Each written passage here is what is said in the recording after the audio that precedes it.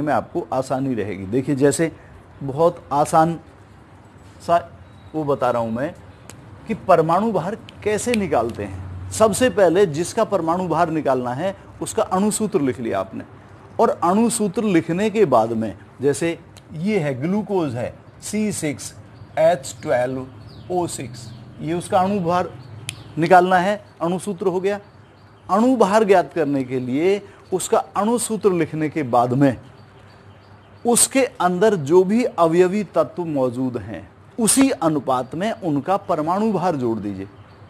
परमाणु भार जोड़ देंगे सबको तो फिर उसका अणु भार निकल आएगा। देखिए कैसे, कार्बन के कितने परमाणु हैं? 6। तो आप 6 गुणा कार्बन का परमाणु भार कितना है? 12।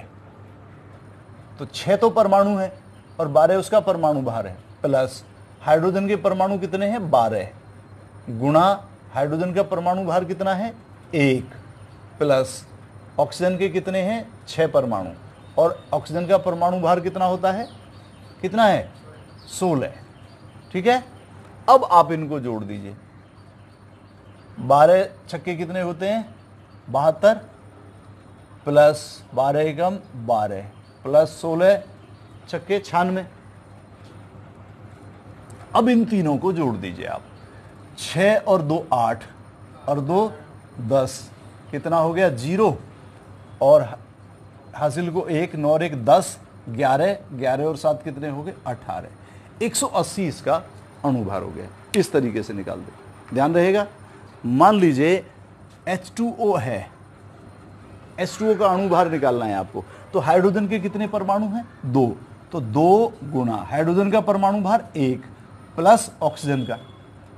अगर आप ऐसे कर लें 1-2 बार तो और भी आपको अच्छा रहेगा। देखिए कैसे, 6 गुणा कार्बन का परमाणु भार, कार्बन का परमाणु भार, प्लस 12 गुणा हाइड्रोजन का परमाणु भार, प्लस 6 गुणा ऑक्सीजन का परमाणु भार, ये बराबर हो जाएगा उसका अणु भार। अगर आप ऐसे एक सूत्र लिख लें। अब देखिए जैसे एसिटिक एसिड है, अभी मैंने बताया था सी, या बेंजीन देख लीजिए C6H6, ये बेंजीन है। बेंजीन का अणु भार निकालेंगे तो कैसे निकालेंगे?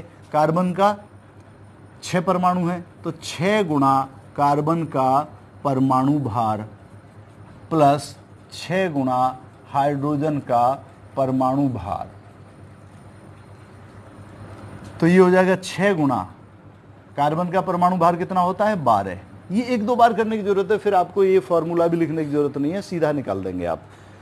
तो प्लस 6 गुणा हाइड्रोजन का परमाणु भार 1, तो 12 छंग 72 प्लस 6 कितना हो गया? 78। तो 78 इसका अणु भार हो गया। ये मैं आपको इसलिए समझा रहा हूँ, मैंने 12वीं क्लास के बहुत सारे बच्चों से पूछा है तो वो अणु भार भी नहीं निकाल सकते, इसलिए आपको थोड़ा सा समझा के चलना है। अब देखिए मैं आपको कुछ और 2-4 यौगिकों के अणु भार निकाल कर बताता हूं।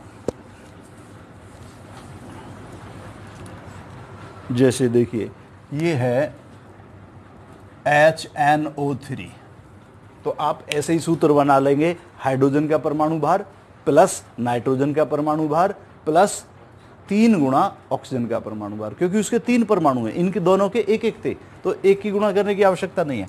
तो अब आप देखिए हाइड्रोजन का परमाणु भार कितना होता है? 1, प्लस नाइट्रोजन का परमाणु भार कितना होता है? लिखा था मैंने, कितना था? 7 परमाणु क्रमांक है, 14 है परमाणु भार, प्लस 3 गुणा ऑक्सीजन का परमाणु भार कितना होता है? 16। अब इनको जोड़ दीजिए, 1 प्लस 14 प्लस 16 थी 48, 48 और 14 कितना हो गया? 62 और 1 63, तो 63 इसका अणुभार हो गया। इस तरीके से अणुभार कहते हैं मॉलिक्यूलर वेट को, समझ आ गया? Molecular weight. इसी तरीके से देखिए H2SO4, आपको शुरू में गलती ना हो ऐसी आदत बना लें, तो उसके लिए मैं आपको बता रहा हूं कि इसका हिंदी में एक फॉर्मूला बना लें। कैसे? वो हो जाएगा इस तरीके से, 2 परमाणु हैं तो 2 गुणा हाइड्रोजन का परमाणु भार प्लस सल्फर का परमाणु भार प्लस 4 गुणा ऑक्सीजन का, ये ऑक्सीजन है ना कि जीरो है, ऑक्सीजन का परमाणु भार। अब ऐसे कर दीजिए, ये हो जाएगा 2 गुणा 1 प्लस सल्फर का परमाणु भार 32 प्लस 4 गुणा ऑक्सीजन का परमाणु भार 16। तो अब इनको कर दीजिए 2 प्लस 32 प्लस 16 चौके 64। जब आप जोड़ेंगे इसको तो 98 आएगा। तो 98 इसका मॉलिक्यूलर वेट हो गया, परमाणु भार हो गया। ऐसे ही अगर आप H3PO4, ये आर्थोफॉस्फोरिक एसिड है, इसका अणुभार ज्ञात करेंगे तो वो ही होगा 3 गुणा हाइड्रोजन का परमाणु भार प्लस फास्फोरस का परमाणु भार प्लस 4 गुणा ऑक्सीजन का परमाणु भार। तो आप सीधे लिख देंगे 3 गुणा 1 प्लस फास्फोरस का होता है 31 प्लस 4 गुणा 16। तो 3 प्लस 31 प्लस 16 चौके 64। तो 64 और 31 हो गया 95 और 3 98। 98 इसका मॉलिक्यूलर वेट निकल गया है। इसी तरीके से मान लो मेटाफॉस्फोरिक एसिड है HNO3, इसका देखें आप, निकाल के देखिए कितना आया, देखिए कोशिश करके।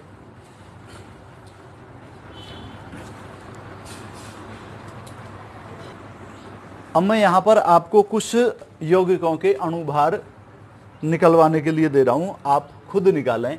जैसे देखिए KMNO4 है,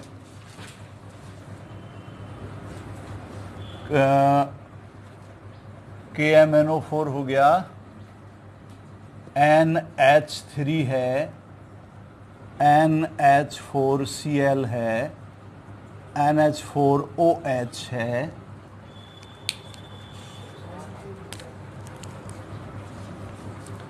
CHCl3, C2H5OH और CH3, COOH, CH3OH, PCl5। इन सब के आप मॉलिक्यूलर वेट निकाल के लाएंगे, कल बताएंगे, ठीक है।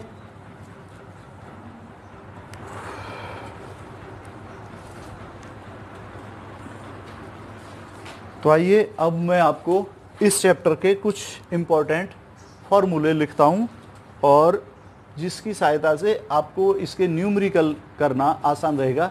कल आप अपनी किताब ले आना जिससे मैं न्यूमेरिकल करा दूं। तो ये देखिए, जैसे एक है अणु सूत्र। अणु सूत्र मीन्स मॉलिक्यूलर फॉर्मूला, बराबर होता है मूलानुपाती सूत्र गुणा गुणक। गुणक एक पूर्ण संख्या होती है, एक कंप्लीट नंबर। जैसे 1 है, 2 है, 3 है, 4 है, 2.5 नहीं होगी, 3.5 नहीं होगी, 3.25 नहीं होगी, पूरी संख्या होगी गुणक। अब गुणक क्या होता है? गुणक निकाला जाता है अणुभार बटे मूलानुपाती भार, इससे निकाला जाता है। अब अणुभार बराबर होता है वाष्प घनत्व गुणा 2। या तो सूत्र अगर दे रखा होता है तो सूत्र के अनुसार ऐसे जोड़ लेते हैं जैसे अभी हमने निकाला था। अगर सूत्र ही निकलवा रहा है, वो अणु सूत्र निकलवा रहा है, तब उसने वाष्प घनत्व दे रखा होगा और उसमें 2 की गुणा कर देते हैं तो उसका अणुभार ज्ञात हो जाता है। अब देखिए कुछ तत्वों की, पर एक इसमें और है सूत्र है, द्रव्यमान बराबर होता है आयतन गुणा घनत्व।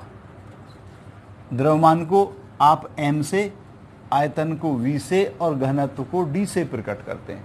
ये फॉर्मूला भी बहुत जगह जहाँ पर रास्ता बंद हो जाता है उनको खोल देता है। इसके अलावा देखिए कुछ प्रतिशत मात्रा के हैं। हाइड्रोजन की प्रतिशत मात्रा होती है 2/18 गुणा H2O का भार बटे पदार्थ का भार गुणा 100। कार्बन की प्रतिशत मात्रा बराबर होती है 12/44 गुणा CO2 का भार बटे पदार्थ का भार, पदार्थ मीन सब्सटेंस जो भी दे रखा है कंपाउंड, गुणा 100।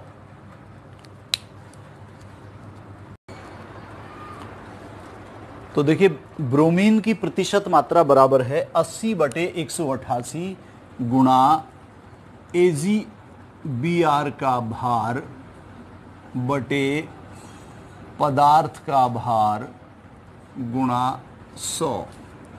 इसी तरह आयोडीन की प्रतिशत मात्रा बराबर होती है 127/235 गुणा AgI यानी सिल्वर आयोडाइड का भार बटे पदार्थ का भार गुणा 100। अब देखिए नाइट्रोजन की प्रतिशत मात्रा क्या है।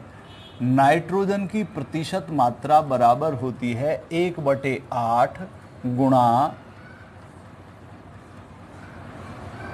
नाइट्रोजन का NTP पर आयतन बटे पदार्थ का भार। इसमें ध्यान करें गुणा 100 नहीं है। इसी तरह नाइट्रोजन की प्रतिशत मात्रा का एक दूसरा फॉर्मूला है, वो है 1.4 गुणा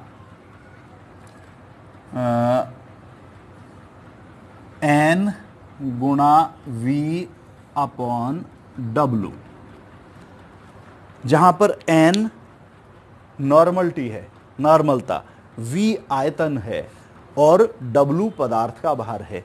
इसको हम ऐसे भी लिख सकते हैं कि नाइट्रोजन की प्रतिशत मात्रा बराबर हो जाएगी 1.4 गुणा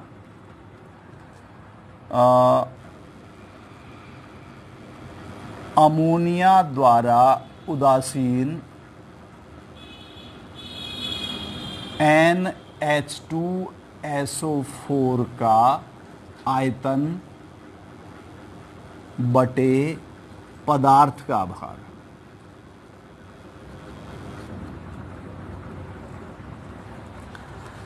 अब देखिए एक ऑक्सीजन का भी प्रतिशत मात्रा निकालनी होती है, तो ऑक्सीजन की प्रतिशत मात्रा बराबर होती है 100 माइनस अन्य तत्वों की प्रतिशत मात्रा का योग, यानी अन्य जितने भी तत्वों की प्रतिशत मात्रा दे रखी है उसको जोड़कर आप 100 में से घटा दीजिए, तो वो किसकी निकलेगी? ऑक्सीजन की। तो ये कुछ फार्मूले हैं जो इस चैप्टर में आपको काम आएंगे। तो कल आप अपनी नोटबुक लाएं, मैं इसको करा दूंगा आपको।